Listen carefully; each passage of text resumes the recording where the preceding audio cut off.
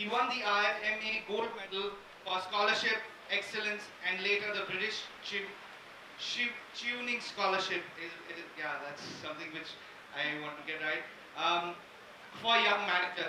He's written columns for the Hindu Business Line and Mint. His first book, Tata Log, was published by Penguin Books in 2012.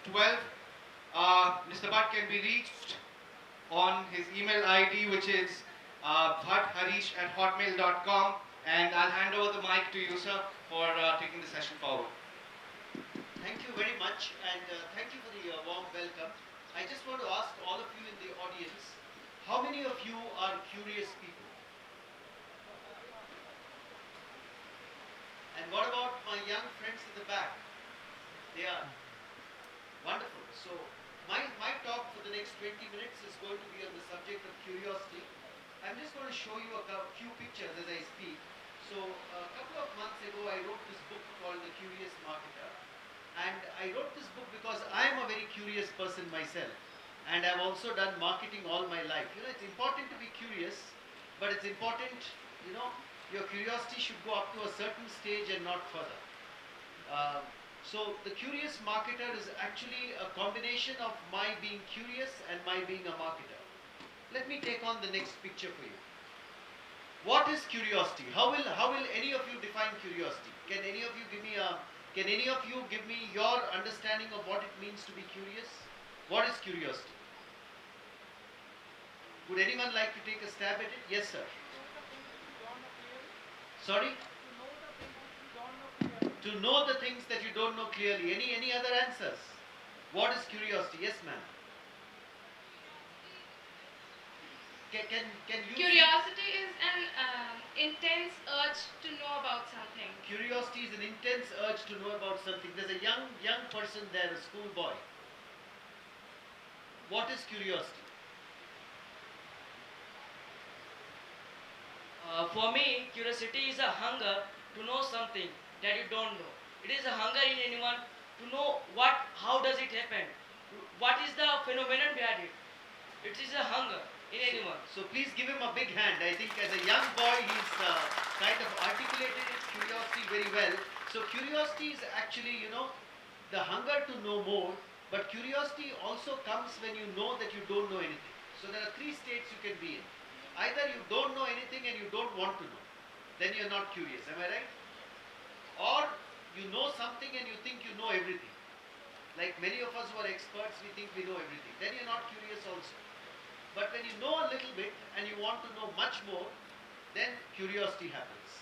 So in my book I have written about a very famous paper that George Loewenstein of Carnegie Mellon University wrote, where he says curiosity is caused by the difference between what you know and what you want to know. That is what leads to curiosity in your life. Can I have the next picture, please? So this is one of the most famous pictures of curiosity that I have come across. Would you like to guess what this picture is? No, it is an apple, but what is the picture? Yes, ma'am, at the back. No, the lady in the second row.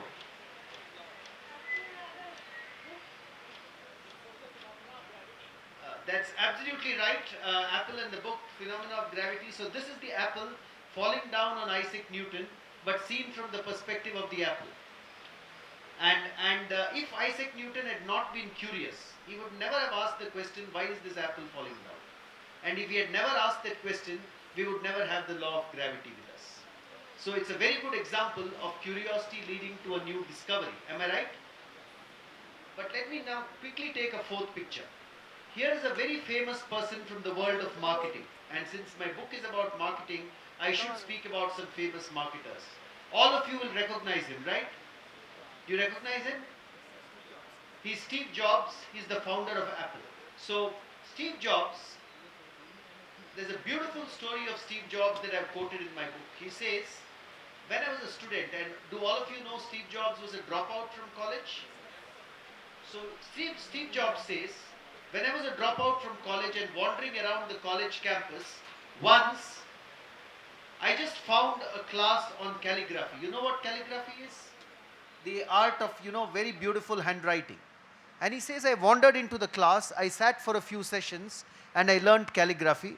I learnt what is a Times New Roman font. I learnt what's a sans serif font. All of us have seen that, right? When we use Word or we use any of, and he says, I didn't know why I was doing it. I was just curious about the beauty of lettering which is there.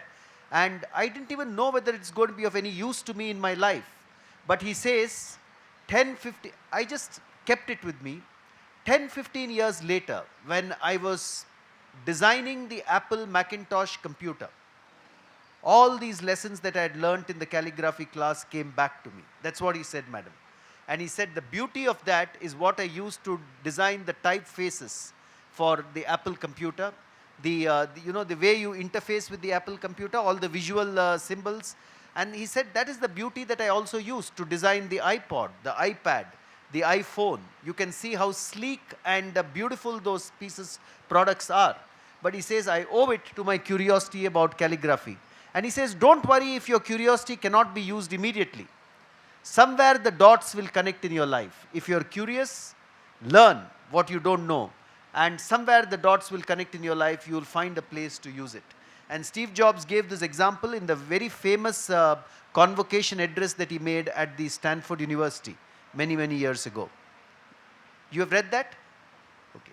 So that's the story about Steve Jobs and curiosity. But I must come closer home. Okay, I must come closer home and I must show you a beautiful picture here. This is a beautiful picture of the waters coming down the Western Ghats. And I come from the Tata Group. I've been working with the Tata Group for over, how many of you here have heard of the Tata Group? That's nice. I think that's a universal 100%. So I come from the Tata Group, and this is a very good example of what curiosity has done for the Tata Group. These are waters which flow down the Western Ghats in Mumbai, which are located near Mumbai. And the person who founded the Tata Group, how many of you would know who founded the Tata Group? It was founded, that's right, it was founded by a gentleman called Jamshedji Tata. He was very fond of boating, and he used to take his friends into boating expeditions from the gateway of India because Bombay is near the sea. And when he went on those boating expeditions, he found all this water coming down the hill and this water not being used at all. And he was curious. This was in the 1880s, remember, about 140 years before today. And he said, how can I put this water to use? And that curiosity is what led to, can I have the next picture? That curiosity is what led to the foundation of a company called Tata Power, which is the largest hydroelectric company in the country today. He dammed the water, used it to produce electricity, leading to the birth of Tata Power. So it's not just Steve Jobs in America, but I think can I have the next picture? One of the most famous industrialists of our own country, Jamshedji Tata, this is his picture, who I believe has been a curious industrialist and a curious marketer from many, many years ago. So curiosity has many, many connotations, and I'm going to use just a few stories from my book in the next 10 minutes to talk about what a wonderful thing curiosity is. And then I will quickly tell all of you a few of my own understandings of how we can become more curious people. So let me take the next slide. What do you think is in this picture? What is this picture? Honey? Agree? So what is honey used for? Honey is used to sweeten things. Any other uses of honey? Any other thoughts? So honey is mainly used as a sweetener. One of my aunts gave me a bottle of honey from New Zealand one day, and that stoked my curiosity about honey. Honey is used as a sweetener, but do you also know one of the biggest wishes that most adults have in the world is to lose weight? And honey is a very good weight reducer. If you use honey instead of sugar, you can lose weight much, much more easily in your tea or in your, oats or cornflakes, etc. But honey is also, if you become a little more curious about honey, you will find that honey can also be used for skin care and hair care. In the Rasayanas of Ayurveda, it has been written that honey is very good for your skin, very good for your hair. In fact, if you burn your skin or you burn your thumb, one of the best ways of healing it is to use honey. I am sure your grandmothers or mothers must have mentioned that to you. Not only that, if you become even more curious about honey, you will find that honey is not the same taste. You may think honey has the same taste, but honey is actually created by bees which pollinate flowers. So if those bees live in a mango orchard, and if your honey is from a mango orchard, you will have mango flavored honey. If those bees live in a jamun orchard, and it is out of the jamun orchard that the honey is made, you can have jamun flavored honey. So just like wine and coffee and tea, you can have many, many varieties of honey. Just imagine what marketers can do with this. Just imagine the number of brands of honey there can be. Honey for weight loss, mango flavored honey, honey which is for skin care, honey for hair care. So if you're curious about a product, you can think of how many more products can be born from something as simple as honey. So this is just one illustration of where curiosity can lead you. But let me give you another story which is very, very far away from honey. I come from the city of Bombay, and the largest single celebration in Bombay, do you know what is the largest single celebration in Bombay? Is it celebrated here as well? Started? Some places? So this is the Ganapati celebration in Bombay. You can see how large it is.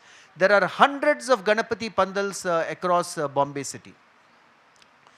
And it's the largest single, and finally at the end of the Ganesh Chaturthi period, these idols are then taken for immersion in the Arabian Sea. This is how the typical statue of Ganesha looks. And I went to a workshop. I was very curious to see how do these statues get created, and why are different statues of Ganesha having different shapes. All of us in Hindu mythology, how do we know Ganesha? We know him as a nice pot-bellied god who sits down and does his inscribing or writing. Person who is very fond of food. I guess all of us eat well during Ganesh Chaturthi days, right? The modaks and the all the other things that Ganesha is very happy with. So I went to a workshop in Bombay where sculptors make Ganeshas. If you really get curious about the Ganesha statues, you will see that they are no longer made like this. They are made in many, many different forms using the imagination of sculptors. If you see the next picture of a Ganesha statue going through Bombay, and I wish I could show you many more, you now have Ganeshas with 6-packs and 8-packs, which we have never seen earlier in Hindu mythology. You have Ganeshas shaped like Lord Shiva. You have Ganeshas who are riding a horse. So the imagination of our sculptors, can you see the 6-packs or 8-packs on this Ganesha clearly? Have you ever seen one before like this? So if you're really curious and you go into just how Ganesha is getting reinterpreted today by modern sculptors, you will see that they're doing a fascinating job of reinterpreting, and it is being accepted by all our people as something that as something which is very, very acceptable in our very inclusive Hindu culture.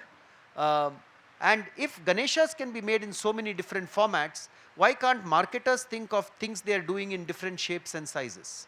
So I used to be with a company called the Titan Company, and we made a brand of watches called Fast Track. How many of you have heard of Fast Track, the brand? Wonderful. And what we did was, just like this Ganesha has 8-packs, we said we won't make watches which are only round.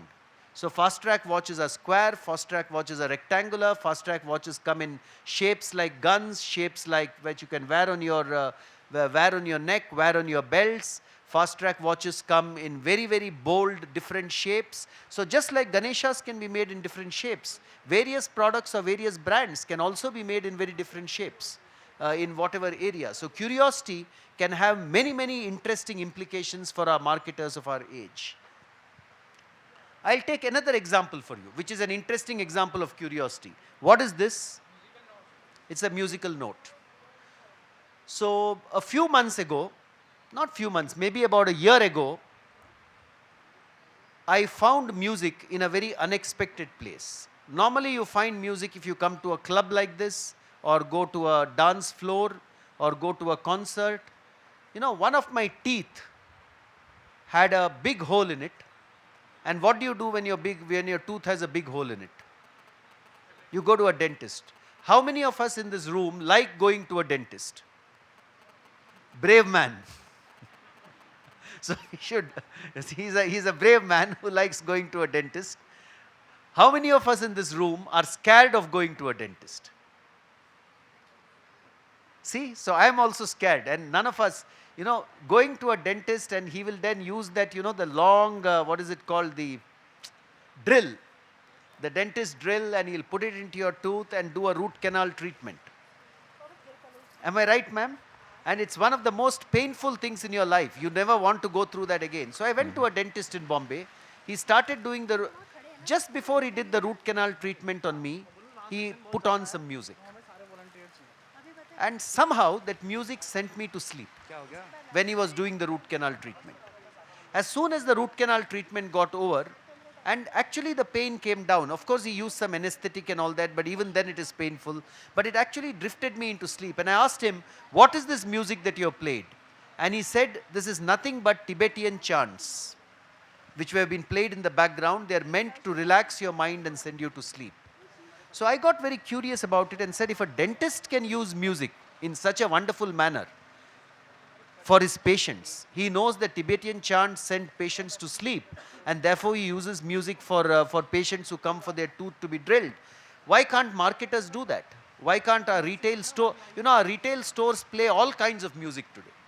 If you go to retail stores, you'll find loud music. You can never predict what music you'll find.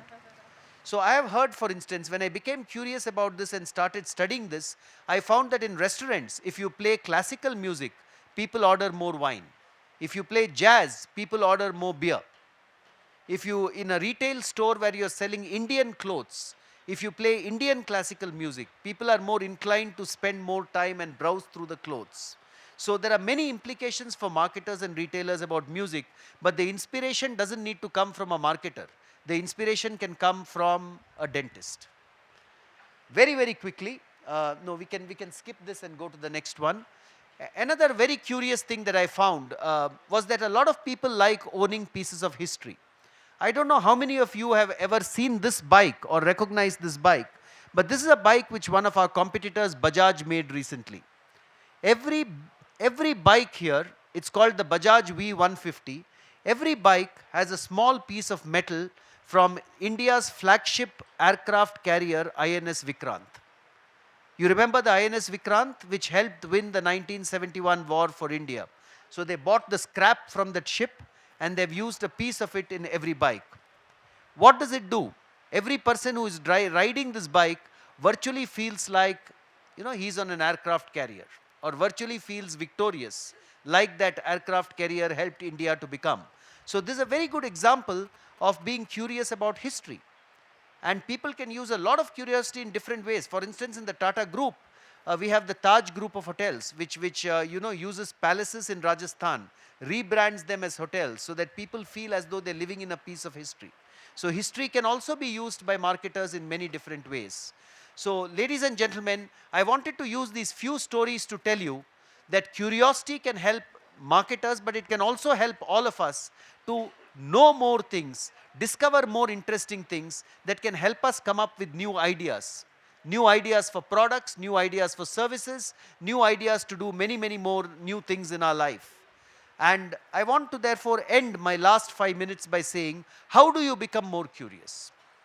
You become more curious first if you know that you do not know it all. However, whatever is your age, whether you're a schoolboy like the people at the end of this room, or whether you're an adult, know that you don't know it all. I think that is the first rule to become curious. The second rule to become curious is to listen. All of us, including myself, we love hearing the sound of our own voice. But are we listening to people? And typically they say if you have to be very curious, your listen to talk ratio should be at least 10:1. You should listen 10 times more than you talk. Not many of us do that. The third thing, if you want to be curious, is to go out and explore new places and new people. I can tell you that all of us in our regular lives may meet 20, 30, 50 people each week. Unless you go out and meet new people outside your zone of comfort every week and every month, unless you travel to new places to experience them, I think it would be very, very difficult for you to become a curious person. But experiencing new people, new places, I think is essential to getting curiosity into your life. The fourth, of course, is embrace the unexpected. Sometimes unexpected things happen to you. Sometimes a bus drops you off at the wrong place. Sometimes you board a wrong train. Unexpected things happen to you. Learn from those unexpected things. That's a good way of being curious because you're going to some place that you have never been to before. And finally, I would say the best way of becoming curious is to read. This is a festival about books, and it's a good place to actually preach the art of reading. Reading not just marketing books or business books, reading good fiction, reading good literature, reading provocative novels or books, reading even film magazines like a Stardust or a Filmfare, which tell you what fashion is like in the world of Bollywood. I think you should read, read, and read if you want to become a very curious person.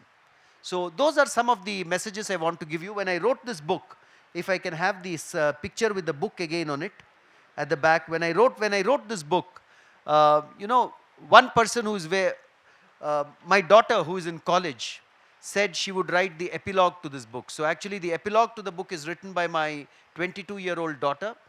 Maybe the first book in the world where the epilogue is written by the author's daughter. And she has written a very irreverent epilogue where she has said there are also flip sides to curiosity.